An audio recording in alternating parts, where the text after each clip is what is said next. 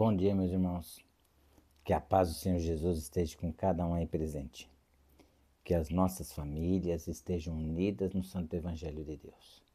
Tá bom? E você seja um baluarte da verdade a levar a verdade a outras pessoas. Compartilhe os vídeos, compartilhe as mensagens bíblicas, tá bom? Logo, logo nossos alimentos vão ser mais sólidos. Vamos partir para outras mensagens, dar continuidade ao nosso estudo do Apocalipse, tá bom? Oremos.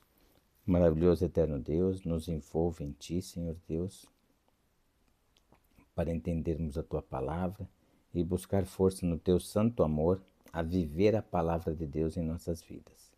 Toma-nos em Teu santo nome, nos oriente, nos capacite a levar o Teu Evangelho eterno adiante.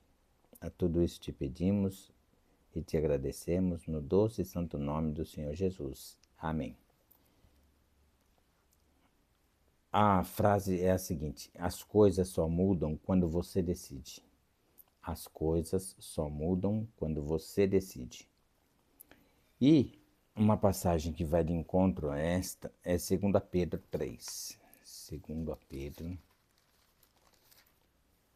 2 Pedro capítulo 3, do verso 9 ao 13, diz assim, do verso 9 ao 13 diz assim, não retarda o Senhor a sua promessa, como alguns a julgam demorada. Pelo contrário, ele é longânimo para convosco, não querendo que nenhum pereça, senão que todos cheguem ao arrependimento.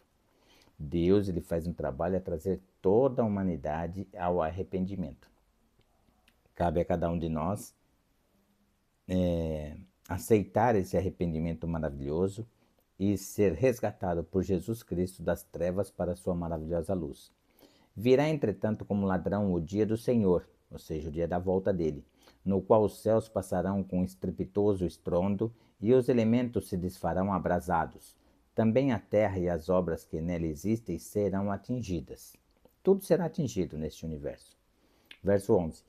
Visto que todas essas coisas hão de ser assim desfeitas, deveis ser tais como os que vivem em santo procedimento e piedade, ou seja, nos caminhos da santificação, esperando e apressando a vinda do dia de Deus. Ou seja, como podemos apressar a vinda do Senhor Jesus? Pregando o Evangelho eterno, consumando a obra que Ele nos confiou. Esperando e apressando a vinda do dia de Deus, por causa do qual os céus incendiados serão desfeitos e os elementos abraçados se derreterão. A terra ficará nas mais profundas trevas, sem o céu, sem as estrelas. Nós, porém, segundo a sua promessa, esperamos novos céus e nova terra, nos quais habita a justiça. A justiça e a alegria será eterna para sempre, diz Isaías. Agora Efésios capítulo 1. Vamos voltar um pouquinho à Bíblia. Vamos lá no livro de Efésios agora. Está aqui. Efésios capítulo 1. Vamos lá. Do 6 até o 11 diz assim. Do 6 até o 11 diz assim. Vou ler o 5 também, tá? Vamos lá. Do 3 até o 11 diz assim. Bendito Deus e Pai de nosso Senhor Jesus Cristo, que nos tem abençoado com toda sorte de bênção espiritual nas regiões celestiais em Cristo, assim como nos escolheu nele antes da fundação do mundo, para sermos santos e irrepreensíveis perante ele e em amor. Olha só, antes da existência desse mundo, olha só o verso 5. Nos predeterminou, antes do nosso nascimento, antes desse mundo, nos predeterminou para ele, para a adoção de filhos por meio de Jesus Cristo, segundo o beneplácito de sua vontade. Segundo a boa vontade de Jesus Cristo, fomos predeterminados a ser filhos por meio de Jesus Cristo, por meio do seu sacrifício, para louvor da glória de sua graça, que ele nos concedeu gratuitamente no amado, no qual temos a redenção pelo seu sangue, a remissão dos pecados, segundo a riqueza da sua graça. Em Jesus Cristo Ó, 1 João, capítulo 1, verso 9, diz assim: Se confessarmos os nossos pecados, ele é fiel e justo para nos perdoar os pecados e nos purificar de toda injustiça. Verso 8: Que Deus derramou abundantemente sobre nós em toda a sabedoria e prudência, desvendando-nos o mistério da sua vontade segundo o seu beneplácito que propusera em Cristo, de fazer convergir nele, na dispensação da plenitude dos tempos, todas as coisas, tanto as do céu como as da terra. Nele, digo, no qual fomos também feitos herança, pré-designados segundo o propósito daquele que fez todas as coisas conforme o conselho da sua vontade. Ou seja, fomos salvos, fomos redimidos das trevas para a luz, da morte para a vida eterna, da tristeza para a alegria. Amém por isso, né?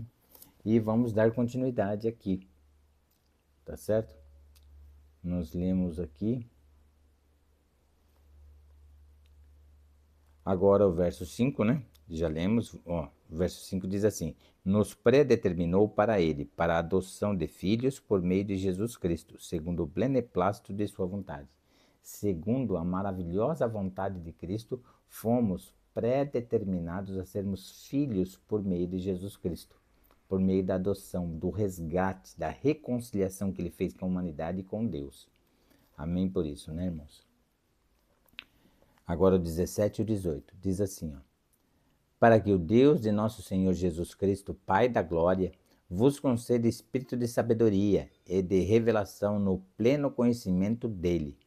Ou seja, é um convite para buscarmos a unção do Espírito Santo, não é?